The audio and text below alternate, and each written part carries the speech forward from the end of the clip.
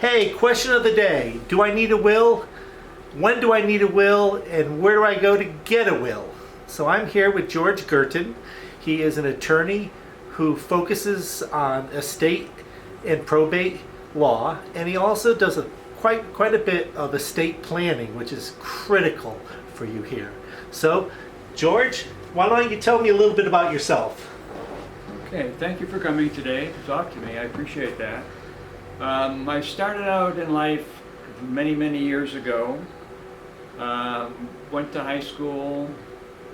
The Vietnam War was going on, and I didn't want to take part in that, so I decided to enlist. So I enlisted for 2 years, because if I got drafted, I would probably have to be there for 4 years, and I really didn't want to do that. And then they asked me where I wanted to go, and again, I didn't want to go to Vietnam, so I said, I go to Alaska, because I always see pictures of Alaska, how beautiful it is, but that wasn't what they had in mind. They sent me to Africa. When I got discharged from the Army after 4 years, I went to work for a company that made machines that are used in banks, or were then. Now they're obviously more up with the current machinery. But that's where I met my wife, and we're still married happily. Between now and then, which is almost 60 years, I was involved in several positions. I worked for AT&T, the phone company when it was AT&T. I worked as a policeman in North Branford nights, so I could study law school books in the cars, only when it wasn't busy. And then graduated law school and started my own practice, and here I am, still doing it and still enjoying it. I get to, because I can help people. Like I'm not a doctor, although I feel like a doctor because they're helping people as well as I am. And down the road, it will pay off for anybody that does it properly. Okay. So, George, who needs a will? Everybody needs a will. Everybody needs a will. I need a will. You need a will. You need a will. I need a will. Everybody needs a will. Yes. Why?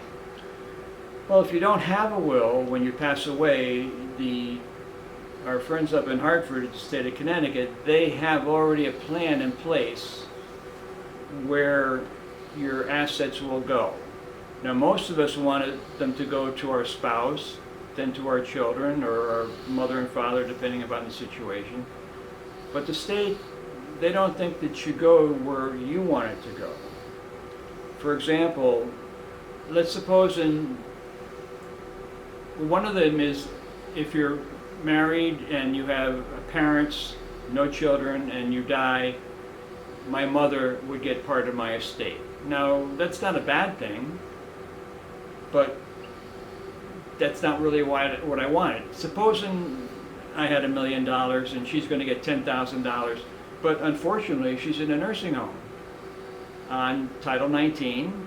Now she's going to get my money, income off Title 19, and there goes my money, and it's just not feasible that it should happen that way. Well, that just goes right to the state in that circumstance. Oh yeah. Yeah.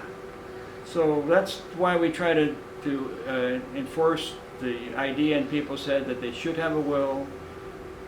You can't do it till you're 18 because you're not an adult, and you should certainly review them periodically because maybe you have someone in there as a beneficiary that has passed before you.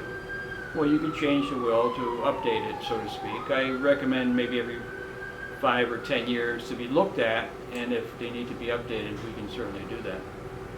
Great. So, are there any other parts of the will that we need to talk about?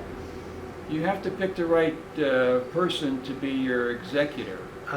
That's where I was going here. Good. Read your mind. So what's important about the executor?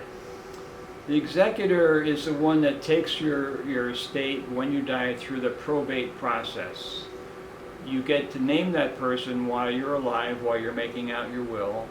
You should have someone who you trust. You should have someone who you know will do the right job for you.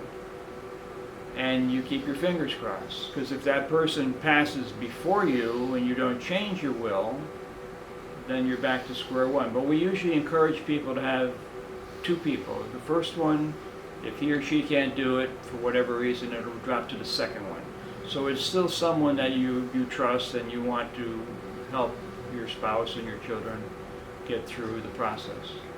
The process takes about a year in Connecticut. Yeah, great. Anything else we need to know about? I think not. I Okay. think that's sufficient. But if you have questions, I certainly welcome phone calls. Excellent. And what's your phone number so people can reach you? 203-234-9... Oh, I'm sorry, that's my home number. 203-234... I did it again. We got to start this all over again? No, we don't. Okay. You 1-800-Guertin will work. That's there we go. We all G-U-E-R-T, like Tom, I-N. Yeah, we all make mistakes in these videos, and that's what makes it special.